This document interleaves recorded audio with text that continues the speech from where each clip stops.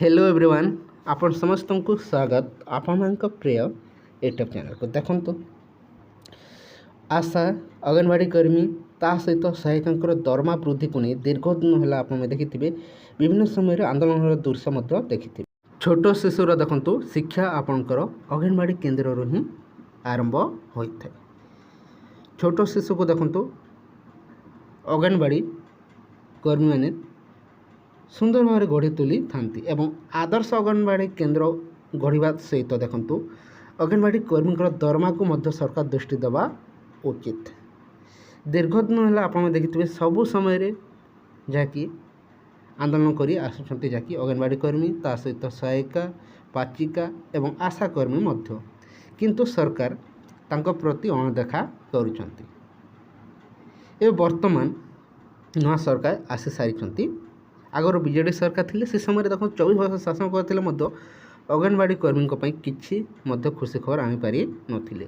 निर्वाचन पूर्व देखु 7500 टंकार वृद्धि कर देखु 10,000 पर्यंत करा थिला किंतु एबे वर्तमान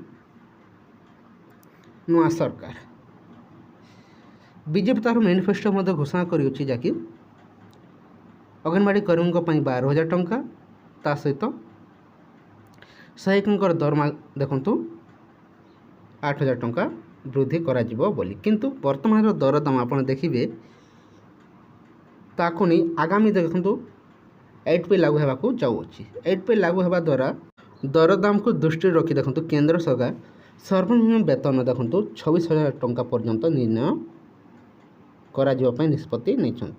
आगामी जो 8 पे लागू होगा जाऊँगी लागू होगा द्वारा समस्त दरमा देखु सर्वनिम्न दरमा र26,000 टंका किंतु राज्य सरकार अंगनवाड़ी आशा कर्मी सहित सहायिका दरमा कि वृद्धि करेंगे तांकर दरमा प्रकृत में सर्वनिम्न केते रखा जो 12,000 टंका घोषणा करा बीजेपी तार मैनिफेस्टो सेतिकी ही समस्ते संतुष्ट होगा पड़ो ना आहरी वृद्धि करा सहित आशा कर्मी आप देखिए आशा कर्मी केंद्र सरकार द्वारा सिलेक्शन करा जायता नियुक्ति दिया जाता है। वर्तमान केंद्रीय हार दरमा आशा कर्मी को कहीं दि जाए न था केंद्रीय हार जिते दरमा दिज्व ताहले केंद्रीय मान्यता मिल किंतु एपर्यंत आशा कर्मी को देखु केंद्रीय मान्यता मिली ना कि केंद्रीय हार दरमा मिली ना।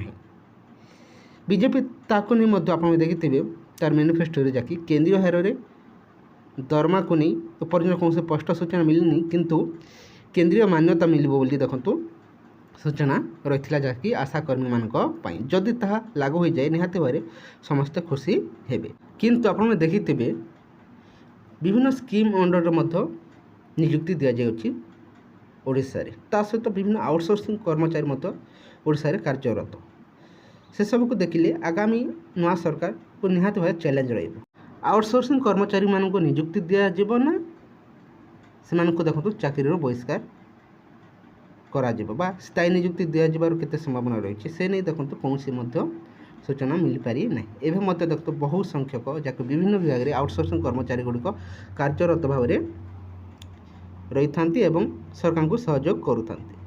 देखा जो आगामी पदक्षेप आउटसोर्सिंग कर्मचारी कौन रही सहित आशा अंगनवाड़ी कर्मी दरमा को नहीं केते जल्दी घोषणा होगा जाऊँगी ताहा नहीं आप जानीपर सहित देखो सुभद्रा योजना को नहीं देखो गोटे आप खबर कागज भी देखिथे जहाँकि से स्पष्ट देखु किसी दलाल फर्म पूरण सुभद्रा योजना फर्म पूरण नाम देखो टंका लुटुंट से नहीं देखो सतर्क कर सतर्क रुहतु कौन एपर्यंत ऑफिशियली देखो डिक्लेयर करा जाए नहीं कौन आवेदन करा ऑनलाइन करा ताकू नहीं कौन से अपडेट आसेनी बहुत शीघ्र ताकू नहीं आप ऑफिशियली जाना पाइबे। सेप्टेम्बर 17 देखो माननीय प्रधानमंत्री नरेंद्र मोदी जाकि सुभद्रा योजना शुभारंभ करेंगे से पर्यंत आपन को ऑफिशियली कौन सी अपडेट न आसवा पर्यंत कौन सी जदि आपण पाखक जाए सुभद्रा योजना किए फर्म पूरण करने कौ अच्छी ताहले सतर्क रुहतु कौन सी आरंभ होना ए पर्यंत सेतिकी दिन पर्यंत आप निहाती भाव अपेक्षा करंतु ऑफिशियली अनाउंसमेंट होगा पर्यंत ता आगरू देखो कौन सी दलाल कि घर घर बोली जो मैंने ଫର୍ମ ପୂରଣ କରିବା ନାମରେ ଯେଉଁ ଲୁଟୁଛନ୍ତି ସେତିକି ପ୍ରତି ସତର୍କ ରହନ୍ତୁ। ଆପଣ ଦେଖିପାରୁଥିବେ ଖବରକାଗଜ ମଧ୍ୟ ଦେଖନ୍ତୁ ପ୍ରକାଶ ପାଉଛି ଏମିତି ଦେଖନ୍ତୁ ଗାଁ ଗାଁ ବୁଲି ଦେଖନ୍ତୁ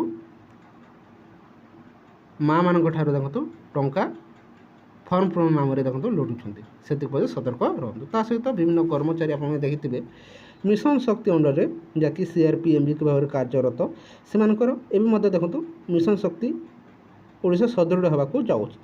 ଏବେ ମଧ୍ୟ ଆଗରୁ ଯେଉଁ CRPMB ଭାବରେ କାର୍ଯ୍ୟରତ ଥିଲେ ସେମାନେ ଏବେ ମଧ୍ୟ କାର୍ଯ୍ୟ କରୁଛନ୍ତି। କିନ୍ତୁ ଆଗାମୀ ପଦକ୍ଷେପ ପ୍ରକୃତରେ କ'ଣ କରାଯିବ ସେ ନେଇ ସମସ୍ତେ ଚିନ୍ତିତ ରହିଛନ୍ତି। ସରକାର CRPMBଙ୍କ ପାଇଁ କିଛି ଖୁସି ଖବର ଆଣିବେ ନା ନାହିଁ, ତାଙ୍କ ପାଇଁ ଦେଖନ୍ତୁ ସ୍ଥାୟୀ ନିଯୁକ୍ତି ଦିଆଯିବ ନା ନାହିଁ ସେ ନେଇ ସମସ୍ତେ ଚିନ୍ତିତ ରହିଛନ୍ତି। ତା ସହିତ ଦରମା ବୃଦ୍ଧିକୁ ନେଇ ମଧ୍ୟ ସେମାନେ ଅପେକ୍ଷା କରି ରହିଛନ୍ତି।